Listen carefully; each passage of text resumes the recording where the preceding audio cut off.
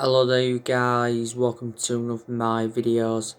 Going to be giving you my reaction to Ole Gunnar Solskjaer's press conference ahead of our game against AC Milan in the Europa League round of 16 second leg at the San Siro. Marcus Rashford was alongside Solskjaer in the press conference. So I'll go through the questions that were asked and I'll give you the responses. Marcus Rashford was obviously asked questions, and so too was Solskjaer. So these were the questions for Marcus Rashford. How are you feeling now, and how much are you looking forward to the match? Rashford's response to that was, "It's a massive game for us, and I'm feeling positive and optimistic. In the first performance, we showed that we can do well in tough positions, but now going to the San Siro, we're looking for dominant display and ultimately score goals." That was Rashford's response to that question. "We understand you have a shoulder problem. Could it require surgery after the Euros?" And Rashford's response to that was, "I just focus on the next game at hand, and now that's how I deal with it. What's needed after, we'll deal with that after, but my main focus is just to be available for the games."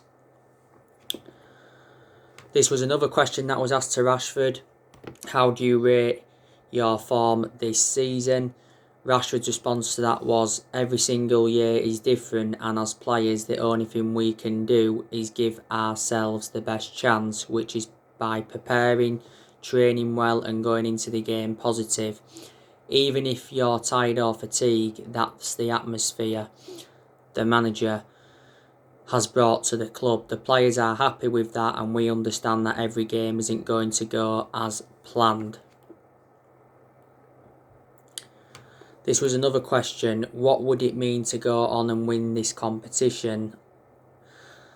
The response was, "That's the aim. When we unfortunately got kicked out of the Champions League, the focus was to win the Europa League. Anything less than that, and I know the team, manager, staff aren't going to be happy with that. We're going to do our best to win this competition." This was another question. "Are you worried about burnout or the impact of playing through injuries?" Again, the response was, "I know my body and I know what I can do physically, and that's it. I take one game at a time, and it's the life of a footballer. We can rest when we retire, and for now I want to play as much as I can. I can recover from games quite well, and from injuries I have no doubt, so I have no worries."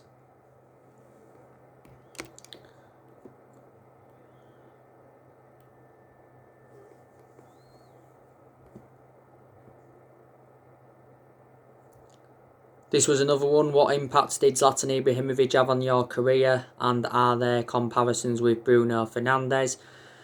The response, yeah, you could say so. Mentally, they are both so strong and they want to win games. That's the atmosphere and the culture at this club, so we need to start doing it now. We need to start winning trophies and take steps in that direction. The game tomorrow is an opportunity for us to take one step forward. So yeah, so there were the questions to Rashford, and there were all Marcus Rashford's responses to them. So these are Ole Gunnar Solskjaer's questions that were asked to him. So this is the first one: who is staying and who is travelling to Milan, from the likes of De Gea, Paul Pogba and Anthony Martial. Ole's response was, "They are a couple. We need to assess if they're available. Martial is definite no-go. Apart from that, we're assessing them as we speak, so might travel, still needing to confirm they're available still." This was another question. "Can you say whether Pogba, Cavani and Donny van de Beek will play? Would you comment on the rumours about Donny van de Beek being unhappy?" Ole's response to that was, "There's always speculation here. As I said, we're assessing them. They've been involved in the training session, and let's see tomorrow if there is any reaction or not. They all trained yesterday, trained today, and hopefully there's no reaction today. Donny has been really focusing hard, working really hard to get back for the latter stages of the season now, so that's our focus.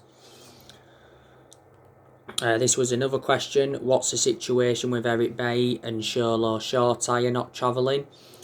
How long can we expect Martial to be out for, and would you be tempted to play De Gea tomorrow? Ollie's response to that was, Solskjaer will be playing for the under-23s, so we felt it was right for him. Eric being assessed, and with regards to the decision making on what team we are going to play, let's see how everyone is tomorrow. So yeah.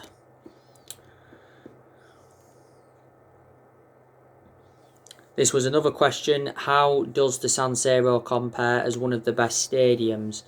Ollie's response to that was, I think I only played once in a friendly at San Siro. I was mostly a spectator watching. Fantastic stadium with history, and when it's full, it's an incredible place to play. We're going to, unfortunately, play it in a different type of atmosphere. We're going to familiarise ourselves with the stadium tonight, just have a little walk so the boys can have a feel of their surroundings. So that's a fair response from Ollie again. This question's regarding Diego Dalot. Does Diego Dalot have a future at United? Obviously, Dalot's out on loan with Milan at the moment. Ollie's response to that anyway was, yeah, he does. The plan was always for Diego this season to, well, the main thing for Diego was to be fit. He never managed to be fit for a long spell when he was here with the injuries. Now he has kept fit all season. He has been available for them. He's played at a big club with big expectations, a great club, so it's been a good year for him. Of course, I've been very pleased with his development this season, and he is our player, and we're looking forward to getting him back. So that was Ollie's response to that. This was another question. How do you measure progress as a team? Ollie's response to that was, I think you have to say that when you see the culture of what's happening every day. I feel a lot of improvement in the everyday routine, the everyday work. The boys have taken on anything I want. It's for others to assess how much we've improved. We're 12 points ahead of where we were in the league this time last season. Of course, we are all wanting to win trophies at this club, but sometimes a trophy can hide the other facts of what is happening at the club. It's in the league position you see if you're progressing, really. Sometimes in the cup tournaments you might be lucky, you might be unlucky with draws and games that are decided on different factors. But of course we're aiming to win. That's what's required in football, and you're always aiming to win trophies.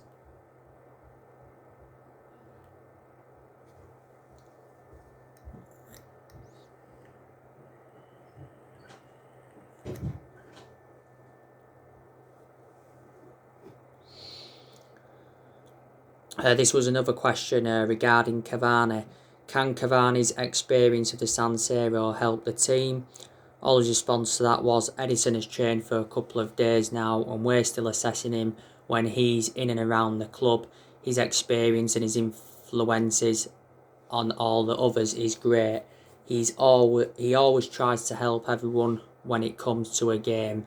The lads look to him. Hopefully there is no reaction to the training sessions he's had in the last few days, and he's available.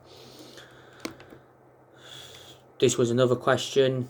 What do you think a win could provide to the season? Ollie's response to that was, well, we saw the game last week and how difficult it was. They are a physical side with loads of energy, good quality in the team. We need to perform at our best levels, and we know that. We've never been too lucky with draws, but these are the games our players need to challenge themselves to see if they can really reach the next level. Tomorrow night is going to be about loads of things you need. The quality, you need the experience, you need the game management and a good start. Being away from home. I always enjoy being away from home in a second leg, because if you score a goal, if means so much. We know now that they've scored one, so we need to score at least one to go through. That was Ollie's response to that. Then this was another question. It's 4 years since United last won a trophy. Is that a surprise to you? So Ollie's response to that was, I've been here for 2.5 of those years now, and of course, coming in, as I've said so many times, I felt a big rebuild had to be made. It's in the league position that you see if there has been progress for me. That's always the bread and butter of the season, and you see how capable you are of coping with ups and downs. Maybe a cut run can give you a trophy, but sometimes it's more of an ego thing for managers and clubs. We finally won something, we need to see progress and in the cup. If we perform well enough, the trophies will end up at the club again, but it's not like a trophy will say that way back. No, it's the gradual progression and the consistency of being top of the league in and around there, and then the odd trophy. Sometimes a cup competition can hide the fact that you are still struggling a little bit. So another good response from Ollie there. This was the final question of the press conference. Are some managers designed to be good cup managers? So Ollie's response to that was, every manager wants to win every game, and we want to fight on every front. Then it comes to a point in the season where, okay, we can't win this or we can't achieve that success. Sometimes you might sacrifice the league for a cup run at the end. I haven't been here and I felt we can down prioritise any games yet. We need to try and win every single game. Every single player needs to learn how to cope with the standards and the expectations. But you will end up with trophies if you are consistent enough and sometimes lucky enough.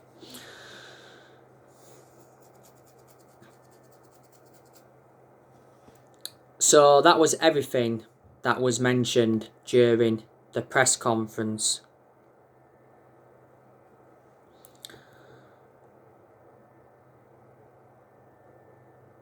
We're coming into this game against AC Milan on the back of a 1-0 win against West Ham in the Premier League. Wasn't a great game against West Ham, but we did get the 3 points. It was an own goal from Craig Dawson. You know, that's back-to-back wins in the Premier League for Man United, and that win against West Ham assures us a top 4 finish.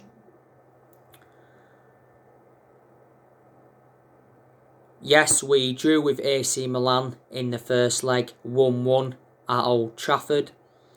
It was an average performance by Manchester United. For large periods of the first leg, AC Milan dominated. You know, they had some very good chances. AC Milan had 2 disallowed goals, one from Raphael for offside, and the other one from a handball by Kessie. But we should have won the first leg. You know, AC Milan scored in injury time, and I can assure Henderson should have kept out AC Milan's equaliser because he got a hand to it. The only positive really from Man United perspective in the first leg was Amad Diallo Traore coming off the bench and scoring his first goal for the club. Like I've said in regards to Amad Diallo Traore, he looks a very good asset for the first team. We got him in a deal worth £37 million. Yes, we did have injuries in the first leg, but players are coming back from injury now. Solskjaer did say, didn't he, after our 1-0 win against West Ham, that 5 injured players could be available for this game. You know, we've got Pogba that's been back in training, Cavani's been in training, you know, Van der Beek's now back. We've obviously had Martial that's recently been out with a hip injury. De Gea's obviously now back because he has been self-isolating. Not so long ago, De Gea was out due to personal reasons. AC Milan, they've had injuries. In the first leg, AC Milan had no Ibrahimovic. He was out with injury, but apparently now he's fit for the second leg. It will be good to see him reunite with Man United Ibrahimovic. Kalahanglu was out injured in the first leg, but he's now back from injury. Mandzukic has been out with injury. Still out with injury now, I think. Ben Asa, he's another player that's been out with injury. Rebic was injured in the first leg, but he's now back from injury. So too was Theo Hernandez, but he's now back from injury.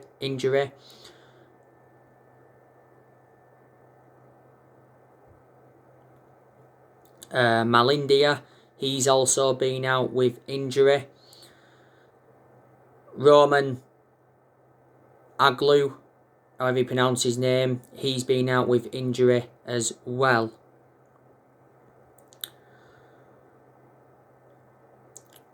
When we played AC Milan in the first leg of the Europa League, that was the first time we'd played AC Milan in 11 years.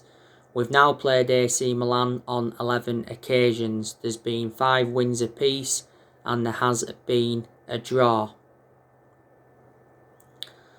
AC Milan recently lost 1-0 to Napoli. They are sitting second in the Serie A. Their current manager is Stefano Pioli. He's been AC Milan manager since October 2019. After AC Milan, we do play Leicester in the FA Cup quarter final, and that's going to be a big game for Man United. The Europa League is definitely a priority for Man United because it is a chance for us getting some silverware on the board. You know, we got to the Europa League semis last season. We lost 2-1 to Sevilla. And we won the Europa League back in 2017 under Mourinho. We beat Ajax in the final 2-0. You know, AC Milan are a very good opposition. You know, they've won the Champions League 7 times. You know, Solskjaer has not yet won a trophy as Man United manager, and he's been Man United manager over 2 years. And I said he needs to win a trophy at Man United this year, because obviously that marks progress. So I'm saying the exact same thing as what Gary Neville said recently.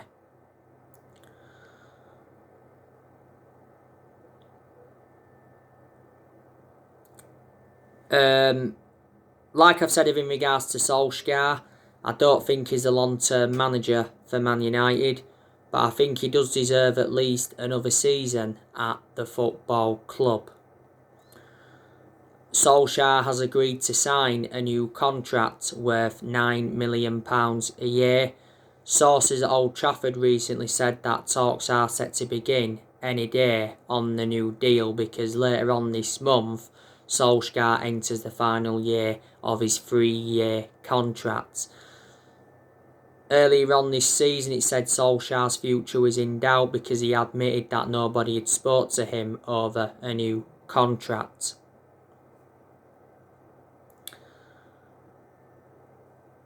But I think Solskjaer does deserve a new contract, reflecting on the progress he's made. Solskjaer has had the transfer summit with our new recruitment team. Obviously, there was discussing our transfer targets for the summer and talking about our transfer plans in general for the summer. Solskjaer's set to have his final say on our transfer incoming deals. But I think Solskjaer's going to get the backing he deserves in the summer transfer window. I really do, because obviously we've got a director of football in, and I did say that's one of the structural changes that we need at the club. And it's John Murtough, and John Murtough knows the club inside out. He's been at Man United for like, is it 7 or 8 years? And Darren Fletcher is the technical director, and he knows the club through thick and thin because he was a Man United player for 2 decades. And Woodward did a statement not so long ago, and he said the progress by Solskjaer and the players this season has been clear. So in that aspect, the board are backing Ole Gunnar Solskjaer. This year's summer transfer window will be his 5th transfer window as permanent Man United manager. Earlier on this season, Ole did warn though, we may not do business as usual due to the coronavirus pandemic. And he said he's only interested in bringing in players that will be a perfect fit for the club.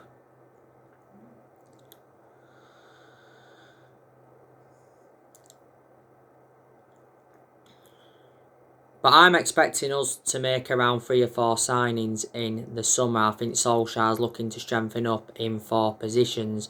Our transfer budget's already been revealed. It's £80 million. I think a lot of Man United fans are shocked by that. But apparently Solskjaer's planning to sell around 4 players to bolster our transfer budget. And, he's hoping to raise an extra £60 million, so that would take our transfer budget to £140 million. Now, on my recent video, I give you the news on Cristiano Ronaldo. Man United make Cristiano Ronaldo transfer decision. We will not push to re-sign Cristiano Ronaldo this summer. But 2O Sport have come out and said that Cristiano Ronaldo is more likely to return to Man United than Real Madrid if he leaves Juventus. Reports in Spain have said this week that Cristiano Ronaldo could make a sensational return to Real Madrid, and Juventus are willing to accept just £25 million, but Real Madrid are looking to get Mbappe on the board.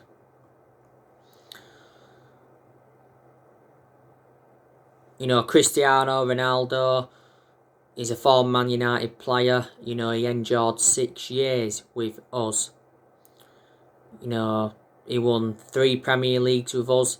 He won the Champions League with us, the FA Cup, and a couple of League Cups, and the FIFA Club World Cup. When we got Ronaldo, we paid just £12 million for him from Sporting Lisbon. We sold him to Madrid in 2009 for £80 million.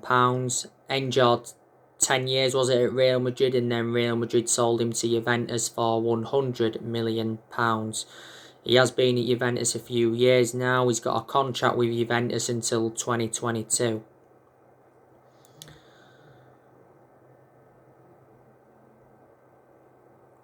Cristiano Ronaldo is regarded as the best player in the world. He's won 31 trophies in his playing career, and he's won 5 Ballon d'Ors, and I think he's scored more hat-tricks than any other player this century. Ronaldo is the age of 36. Despite him being 36 though, I would still take him back at Man United.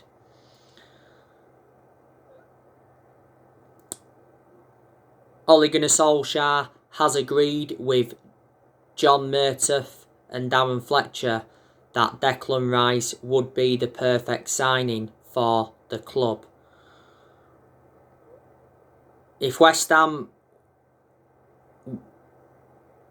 are to allow him to go, they're demanding £80 million. Now, it actually said earlier on this season that West Ham were considering lowering their asking price for Declan Rice to just £50 million. Last year, he was relentlessly linked with a move to Chelsea.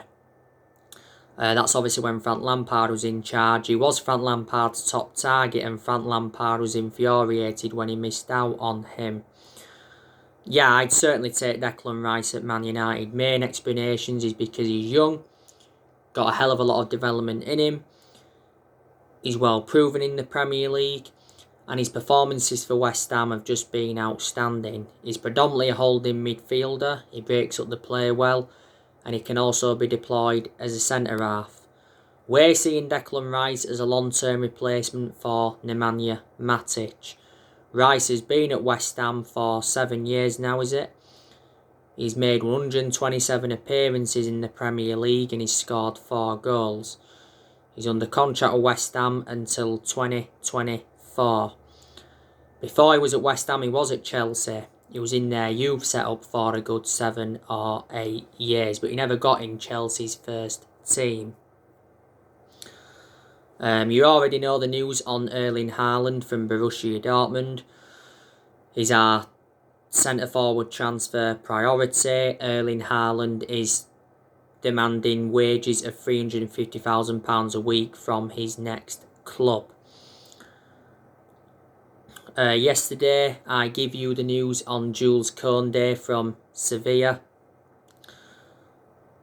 He said we've been handed a boost in our bid to sign Jules Koundé because apparently Sevilla have lowered their asking price for Jules Koundé to £50 million. So yeah, they've knocked £20 million off because originally Sevilla were demanding £70 million plus add-ons. It said earlier on this season we was unwilling to meet Jules Koundé's £68 million release clause, but says we was prepared to pay around £61 million.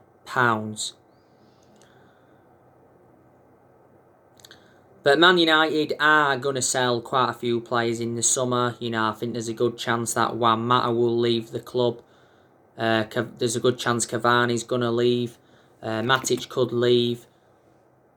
Do you think Paul Pogba could still leave? Some Man United fans now think he'll stay at the club for next season. A lot of United fans are saying we need to sell Martial. Jones, you know, I wanted him to leave this year. There's a good chance we'll sell De Gea in the summer so we can make Dean Henderson our first choice goalkeeper.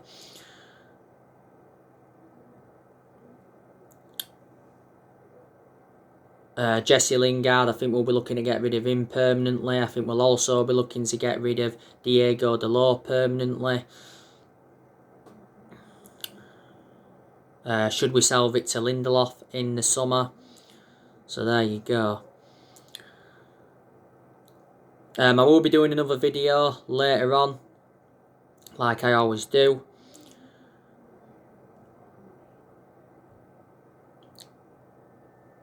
Ole Gunnar Solskjaer, you know, he's been Manchester United manager over 2 years. Reflecting now on his been at the football club, he has gained some managerial experience and he has learnt quite a bit on the job.